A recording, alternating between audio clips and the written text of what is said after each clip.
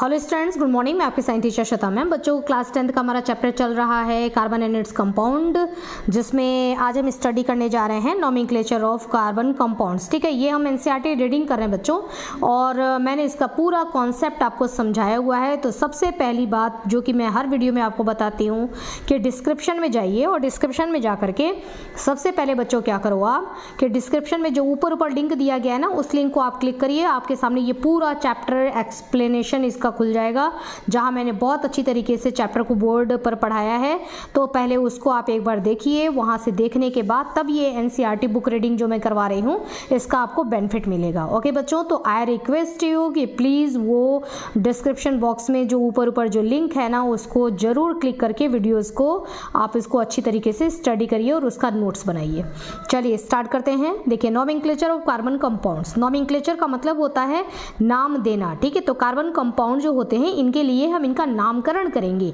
जैसे घर में हम नामकरण करते हैं ना बच्चे का, कि इसको ये नाम दे दिया, इसको वो नाम दे दिया। और हम पूरे इंडिया में अगर हमारी पहचान है तो हमारे नाम और हमारे सरनेम से हमारी पहचान होती है। ठीक है, जैसे मैंने आपको शुरू में बोला कि मैं श्वेता मैम, तो श्वेता मैम मेरे नाम से मेरी पहचान है। ओके, उसी तरीके से कार्बन के कंपाउंड एक्चुअल में क्या है, संख्या में इतने ज़्यादा हैं, इतना ज़्यादा संख्या है इनकी कि हर एक कंपाउंड को अगर आपने नाम दे भी दिया तो उस एक एक नाम को याद करना स्टूडेंट्स के लिए बहुत कठिन हो जाएगा। ये एक बहुत बड़ी प्रॉब्लम है कि आप एक एक कंपाउंड को याद करिए, है ना। जब तक हमने 2 कार्बन के कंपाउंड का नाम याद किया, एथेन एथेन एथेन, तब तक पता पड़ा कि उसने एक कार्बन कंपाउंड एक और कार्बन को ऐड कर लिया। लो भाई, अब उसका नाम चेंज हो गया है ना, प्रोपेन। अब प्रोपेन प्रोपेन प्रोपेन याद कर रहे हैं, तब तक उसमें एक और कार्बन जुड़ गया, ब्यूटेन, है ना। अब ब्यूटेन ब्यूटेन ब्यूटेन एक और जुड़ गया, पेंटेन, है ना। तो वो बात है कि ये तो इसके पास तो वर्सेटाइल नेचर है, तो ये चेंज कर सकता है। एन क्या है, ईन आ जाएगा, या कोई फंक्शनल ग्रुप आकर के जुड़ जाएगा।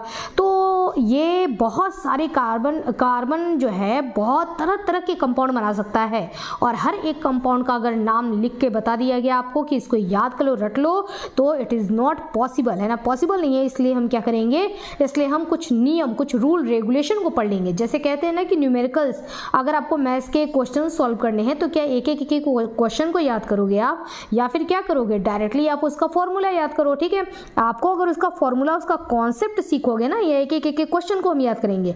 तो हम कॉन्सेप्ट सीखते हैं, फॉर्मूला देख लेते हैं, ठीक है, उसके बाद हमसे सारे क्वेश्चन सॉल्व होने लगते हैं। तो बस वही बात हमको यहाँ पर भी करनी है। ठीक है, तो हम इसके रूल पढ़ेंगे कि किस तरीके से कार्बन के कंपाउंड्स को हम नाम देंगे। The names of compounds in a homologous series are based on the same of the basic carbon chain modified by a prefix phrase before or suffix phrase after। देखिए, कार्बन कंपाउंड जो हमारे होंगे, जो भी होमोलोगस सीरीज के जो भी carbon compound होंगे, होमोलोगस सीरीज मैंने आपको बताया था जिसमें कि CH2 का केवल आपको डिफरेंस दिखाई देगा, और उसमें जैसे CH4 है, उसके बाद C2H6 है, उसके बाद C3H7 C3H8 है। ठीक है, तो सिर्फ CH2 का हमको डिफरेंस दिखाई देगा, और एक जैसे कैरेक्टर रखने वाले होंगे, उनको हम बोलते हैं होमोलोगस सीरीज। ठीक है, तो अब जब हम नाम लिखेंगे ना, जब नोमेनक्लेचर करेंगे कि कार्बन कंपाउंड का नाम लिखने जाएंगे, तो उसमें 2 वर्ड इस्तेमाल होंगे, प्रीफिक्स और सफिक्स। नाम से ही हमको लग रहा है प्रीफिक्स यानी कि सबसे आगे आने वाला, है ना। नेम में आगे आप क्या ऐड करेंगे उसको हम बोलेंगे प्रीफिक्स। ठीक है, तो प्रीफिक्स क्या होगा, ये बिफोर आएगा। ठीक है, फ्रेज के बिफोर आएगा ये। और सफिक्स क्या होता है, ये फ्रेज आफ्टर होता है, ये बाद में आता है। ठीक है, तो जैसे मैंने बोला मेथेन, तो इसमें मेथ वर्ड जो है ये पहले आ रहा है, तो ये प्रीफिक्स कहलाएगा, और एन जो है ये बाद में आ रहा है, तो ये क्या कहलाएगा, सफिक्स कहलाएगा। ठीक है, तो प्रीफिक्स और सफिक्स, है ना, ये 2 चीजें होती हैं, और ये सब मैंने एक्सप्लेन किया है, समझाया है आपको। Indicating the nature of the functional group, है ना। और ये चीज जो होंगे, है ना, प्रीफिक्स और सफिक्स, जो इसमें ये सफिक्स होता है ये बताता है कि इसमें कौन सा फंक्शनल ग्रुप जुड़ा हुआ है। For example, the name of alcohol, अगर एल्कोहल का नाम है टेकन इन एक्टिविटीज 4.2, अब वापस जाना पड़ेगा, एक्टिविटीज कहाँ है, ये 4.2 आर मेथेनॉल। ठीक है, अब देखो यहाँ पर नाम दिया गया है आपको, जैसे CH3OH। ओके, तो CH3OH, C2H5OH, ये दोनों क्या है, होमोलोगस सीरीज है। होमोलोगस सीरीज कैसे हैं, क्योंकि इसमें और इसमें आप देखेंगे तो सिर्फ OH OH तो दोनों में है, उसके बाद इसमें CH3 है, यहाँ पर C2H5 है, दोनों में जरा देखो कितने का डिफरेंस है, केवल CH2 का। ठीक है, तो CH2 का अगर डिफरेंस है तो इट मीन्स कि ये दोनों क्या है, होमोलोगस सीरीज है और दोनों में OH यहाँ पे लगा हुआ है, तो इसका नाम है, इसमें एक कार्बन है ना, तो एक कार्बन को हम बोलेंगे मेथ। ठीक है, तो ये हो जाएगा मेथेन, और मेथेन के साथ OH लगा हुआ है तो ये हो जाएगा मेथेनॉल। यहाँ पर दो कार्बन है, दो कार्बन को हम बोलते हैं एथेन, तो एथेन के साथ ऑल लग जाएगा तो ये हो जाएगा एथेनॉल। तो ये मेथेनॉल, ये एथेनॉल है ना। अब जो ऑल बाद में आ रहा है वो ऑल क्या है, वो ऑल बाद में आ रहा है तो वो है सफिक्स। ठीक है, जो आगे आया मेथे है ना, मेथे और एथे, ये जो आया ना तो मेथ और एथ है ना, ये क्या होता है, ये प्रीफिक्स होता है, ये आगे आता है नाम के, और सफिक्स क्या होता है, ये नाम के पीछे है, तो नाम के पीछे इसमें क्या आया है, ऑल आया है। ऑल जैसे ही आएगा हम फटाक से समझ जाएंगे कि यानी कि इसमें पीछे में OH ग्रुप जुड़ा हुआ होगा। ओके, उसी तरीके से प्रोपेनॉल होगा, उसी तरीके से ब्यूटेनॉल होगा। प्रोपेनॉल का मतलब प्रोपेन 3 कार्बन वाला और उसमें ऑल जरूर लगा होगा। ब्यूटेनॉल का मतलब 4 कार्बन वाला और उसमें ऑल यानी कि OH ग्रुप उसमें जरूर लगा होगा। ठीक है, naming the carbon compound can be done by the following method. कुछ यहाँ पर मेथड्स दिखाए गए हैं जिसको सीखना पड़ता है, रीडिंग करने से इसमें कोई फायदा नहीं है, सीखना पड़ता है, बट NCERT रीडिंग भी जरूरी है, इस वजह से मैं एक बार आपको बता दे रही हूँ, हालांकि सब मैंने आपको पढ़ाया है। Identify the number of carbon atom in a compound. सबसे पहले हमको कार्बन के जो भी कार्बन का कंपाउंड दिया गया है कि भाई इसका नाम बताओ, है ना, तो उसका नाम जानने से पहले हमको पहले कार्बन के नंबर को काउंट करना पड़ेगा कि कितने कार्बन है इस कंपाउंड में। अ कंपाउंड हैविंग 3 कार्बन, अगर इसमें 3 कार्बन है, 3 carbon atom would have the name propane, है ना, तब उसमें हम उसका नाम देंगे प्रोपेन। अगर 3 कार्बन का इसमें जुड़े हुए हैं और सारे सिंगल बॉन्ड से, डबल बॉन्ड ट्रिपल बॉन्ड नहीं है, तो उसको हम प्रोपेन कहेंगे। In case of functional group is present, यदि इसमें अगर N भी है, मतलब सब सिंगल बॉन्ड से जुड़े हुए हैं और उसमें फंक्शनल ग्रुप भी प्रेजेंट है, it is indicated in the name of the compound with either a prefix और अ सफिक्स। ठीक है, तो प्रीफिक्स और सफिक्स जो है ये हमको इसका ये इंडिकेट करेंगे कि इसमें कोई फंक्शनल ग्रुप भी जुड़ा हुआ है। जैसे कि अभी आपने देखा कि एथेनॉल ऑल लास्ट में लगा हुआ था, तो उसने ये बताया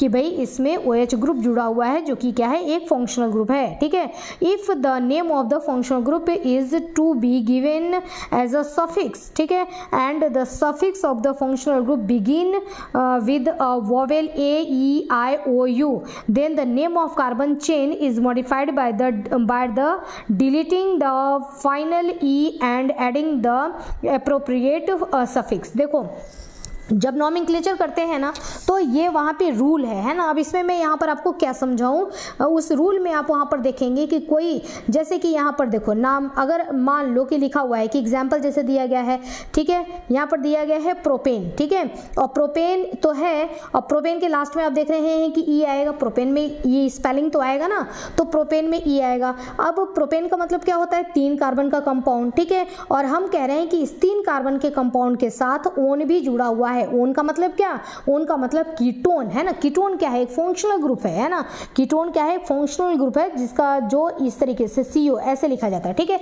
तो ये क्या है, ये एक फंक्शनल ग्रुप है CO, इसके इधर भी कार्बन की चेन होगी, इसके इधर भी कार्बन की चेन होगी। तो अगर इसमें ओन आ रहा है, ठीक है, तो प्रोपेन आपने यहाँ लिखा, और प्रोपेन के बाद अगर मान लो फंक्शनल ग्रुप को भी हमको ऐड करना है, तो फंक्शनल ग्रुप जिसको आप ऐड करने जा रहे हो उसको आप चेक करो कि क्या उसके स्पेलिंग में यहाँ पर क्या AEIOU इसमें से कोई भी है क्या। तो हमने देखा हाँ वो तो है, यहाँ पर O हमको दिखाई दे रहा है। अगर हमको यहाँ पर O दिखाई दे रहा है तो हमको क्या करना पड़ेगा कि प्रोपेन से सेक्रीफाई पहले वाले को करना पड़ेगा, ठीक है। प्रोपेन क्या करेगा कि अपने E को हटा देगा, तो प्रोपेन से E हट जाएगा और इसको उसके साथ ऐड कर देंगे, तो ये हो जाएगा प्रोपेनोन।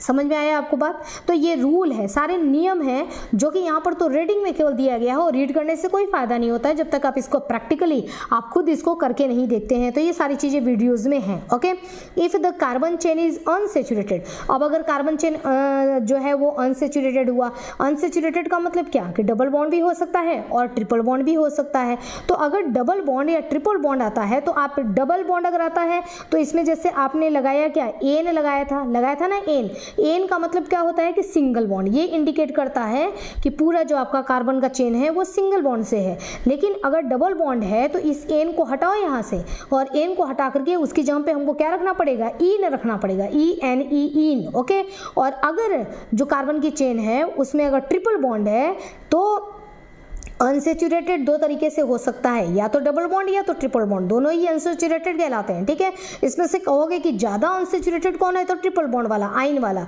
और उससे कम अनसेचुरेटेड कौन है वो है इन वाला, लेकिन है तो दोनों अनसेचुरेटेड वाले कैटेगरी में। ठीक है, सेचुरेटेड हमारा होता है एन का मतलब सिंगल बॉन्ड वाला, तो सिंगल बॉन्ड वाले में एन लगाएंगे और अगर नाम में इन लगा हुआ है तो आप फटाक से समझ जाइए कि भाई इसमें डबल बॉन्ड प्रेजेंट है कहीं ना कहीं। तो ठीक है, और अगर नाम में कहीं आइन लगा हुआ है तो आप फटाक से समझ जाइए कि कहीं ना कहीं इसमें ट्रिपल बॉन्ड जरूर लगा हुआ है। For example, 3 carbon chain with a double bond would be called, अब 3 कार्बन का चेन है जिसमें कि डबल बॉन्ड प्रेजेंट है तो उसको हम प्रोपेन नहीं कहेंगे। अगर हम उसको प्रोपेन कहेंगे तो एन आ जाएगा, एन का मतलब कि सारे सिंगल बॉन्ड है, लेकिन हमने यहाँ पर प्रोपीन कहा, प्रोपीन का मतलब कहीं ना कहीं इसमें डबल बॉन्ड प्रेजेंट है। Okay, if it has a triple bond, ठीक है, और अगर इसमें ट्रिपल बॉन्ड होगा इसी 3 कार्बन वाले में तो इसको हम प्रोपाइन कहेंगे। ठीक है, तो प्रोपेन ये इंडिकेट करता है कि सिंगल बॉन्ड है, प्रोपीन ये इंडिकेट करता है कि 3 कार्बन तो है, प्रोप मतलब 3 कार्बन तो है लेकिन इन लगा हुआ है तो मतलब इसमें डबल बॉन्ड है। ठीक है, प्रोप मतलब 3 कार्बन और आइन लगा हुआ है तो मतलब इसमें ट्रिपल बॉन्ड है। ठीक है, तो प्रीफिक्स जो हमको आगे कार्बन की जो मेन रूट जो इसका है, ठीक है, जो लॉन्ग चेन है वो बताता है। ठीक है, प्रीफिक्स और सफिक्स है ना, ये दो मिलकर के IUPAC नेम बताते हैं। ठीक है, अब यहाँ पर देखो बहुत सारा ये पूरा चार्ट दिया गया है, नोमेनक्लेचर ऑफ ऑर्गेनिक कंपाउंड। अब यहाँ पर क्या किया गया है कि ये पूरा सबका बताया गया है कि भाई इसके ये है तो इसको आप ये नाम देंगे, ये है तो इसको ये नाम देंगे। सिर्फ इतने नाम से हमको क्या, इतने नाम से काम तो चलेगा नहीं है ना, एग्जाम में तो कहीं से कुछ भी पूछ लेगा। तो आपको जरूरी ये है कि आप उसके रूल एंड रेगुलेशन को पढ़िए। ठीक है, कि किस तरीके से रूल पूरा पढ़ना पड़ेगा कि कैसे नाम दिया जाता है ना, कहीं से भी उठा करके आपको दे देगा। जैसे कि आप देख लो यहाँ पर, यहाँ हमको दे दिया। ठीक है, ये जरा सोल्यूशन देखो। ठीक है, ये पूरा एक्सप्लेनेशन बेटा कहाँ मिलेगा आपको, ये एक्सप्लेनेशन आपको जो मैंने एक्सप्लेन किया है ना जो वीडियोस, वहीं पर आपको पढ़ने के लिए मिलेगा। जैसे कह रहा है draw the structure for the following compound, है ना, कह रहा है एथेनोइक एसिड बनाओ। कैसे बनाओगे भाई एथेनोइक एसिड, तो आप पढ़े रहोगे IUPAC नेम, तभी तो आपको पता पड़ेगा ना। IUPAC का मतलब क्या होता है, international union of pure and applied chemistry. ठीक है, ये IUPAC नेम के तहत ही हम क्या करते हैं, नाम बताते हैं। ये IUPAC नेम ही है जो हम पढ़ रहे हैं, नियम। ठीक है, अब एथेनोइक एसिड है, अब मैंने पढ़ा हुआ है तो मैं फटाक से बना लूंगी कि अच्छा एथेनोइक एसिड बनाना है, मैं यहाँ बना करके दिखा रही हूँ। ठीक है, तो एथेन का मतलब क्या हो गया, एथेन का मतलब हो गया कि इसमें इस पूरे कंपाउंड में 2 कार्बन होना चाहिए। एक कार्बन को हम बोलते हैं मेथ और 2 कार्बन को हम बोलते हैं एथ, और लास्ट में क्या लगा है, ओइक एसिड। तो ये मैंने तो फट से समझ गया ही मैं कि भाई ओइक एसिड का मतलब कि COOS तो होगा। ठीक है, तभी ओइक एसिड लगा है। ये जो ग्रुप है ना इसके लिए ओइक एसिड लगता है। ठीक है, तो कार्बोक्सिलिक ग्रुप इसमें जरूर प्रेजेंट होगा, तो मैं समझ गई और इस वजह से मैंने यहाँ पर COH कर दिया तो ये ओइक एसिड हो गया। अब एक कार्बन और 2 कार्बन से मिलकर के मेरा एथेन बनेगा, तो ये हो जाएगा मेरा एथेनोइक एसिड। लेकिन क्या मैंने इस कार्बन को सेटिस्फाइड किया है, नहीं। मैंने आपको क्या बताया था कि एक कार्बन के चारों तरफ कितने बॉन्ड होने चाहिए, 4 बॉन्ड होने चाहिए। तो यहाँ एक कार्बन के यहाँ पर एक बॉन्ड तो हो गया। ठीक है, दूसरा बॉन्ड हाइड्रोजन के साथ, ठीक है, ये 2 बॉन्ड हो गया, एक हाइड्रोजन ये है ना, इसको आप चाहो तो यहाँ खींच करके यहाँ लिख सकते हो, लेकिन मैंने यहीं पर लिख दिया। तो कुल मिलाकर के आप समझो ये कि देखो ये हाइड्रोजन जो होगा वो यहाँ यहाँ यहाँ 3 हाइड्रोजन अगर जुड़ेंगे और एक बॉन्ड इधर लगा ही है तो 1 2 3 और ये 4 हो जाएगा। यानी कि टोटल यहाँ पर हाइड्रोजन कितने होंगे बच्चों, तो यहाँ पर टोटल हाइड्रोजन होंगे CH3। तो ये कह रहा था ना कि इसका डायग्राम बनाइए, तो इसका डायग्राम होगा CH3COOH। ओके, और ज़्यादा इसको कहेगा कि ओपन करके बनाओ तो हम थोड़ा सा बॉन्ड दिखा करके बना देंगे। यहाँ हम HS लिख देंगे, ठीक है। उसके बाद हम यहाँ पे C लिख देंगे, डबल बॉन्ड O लिख देंगे, यहाँ पर O लिख देंगे, यहाँ पर H लिख देंगे, ठीक है। ये इसको हमने और ओपन कर दिया। अब आप कहेंगे मैम ये आपने कैसे किया? तो बेटा ये मैंने पढ़ा है ना, रूल पढ़े हैं, और आप भी रूल पढ़ जाओगे तो फिर मेरे से ज़्यादा अच्छा कर सकते हो। ओके, तो इस तरीके से ही हम इसका नाम, ये अगर नाम दे दिया तो स्ट्रक्चर बनाएंगे, और स्ट्रक्चर दे दिया और कह रहा है नाम बताओ, नाम भी बता देंगे। यहाँ देखो एक कार्बन और दो कार्बन से क्या बनता है बच्चों? एथेन, ठीक है। और यहाँ इसके साइड में क्या लगा हुआ है? Br लगा हुआ है। तो सबसे पहले हम इसका नाम लिखेंगे, तो हम लिखेंगे ब्रोमो एथेन, फट से नाम हो गया ये, ठीक है। यहाँ पर देखो CHO है ना, इसको हम बोलते हैं ये हमारा एल्डिहाइड ग्रुप है, ठीक है। एक ही कार्बन है इसमें, तो ये क्या कहलाएगा? ये मेथेनल कहलाएगा। और आप जो देख रहे हैं ना कि मैं फटाफट ये नाम बता रही हूँ, ये तो कुछ नहीं है ना, बड़े से बड़ा नाम आप बता सकते हैं अगर आपने IUPAC के सारे रूल पढ़ लिए तो। और वैसे भी आपको बहुत ज़्यादा डिफिकल्ट तो पढ़ना नहीं है, आपको 11th-12th के हिसाब से नहीं जाना है, 10th के लेवल के हिसाब से ही पढ़ना है, बस उससे थोड़ा सा और ऊंचा मैंने पढ़ाया है, ठीक है। तो नॉमेनक्लेचर वहाँ पर पढ़ेंगे बच्चों तो पूरा क्लियर हो जाएगा। ओके,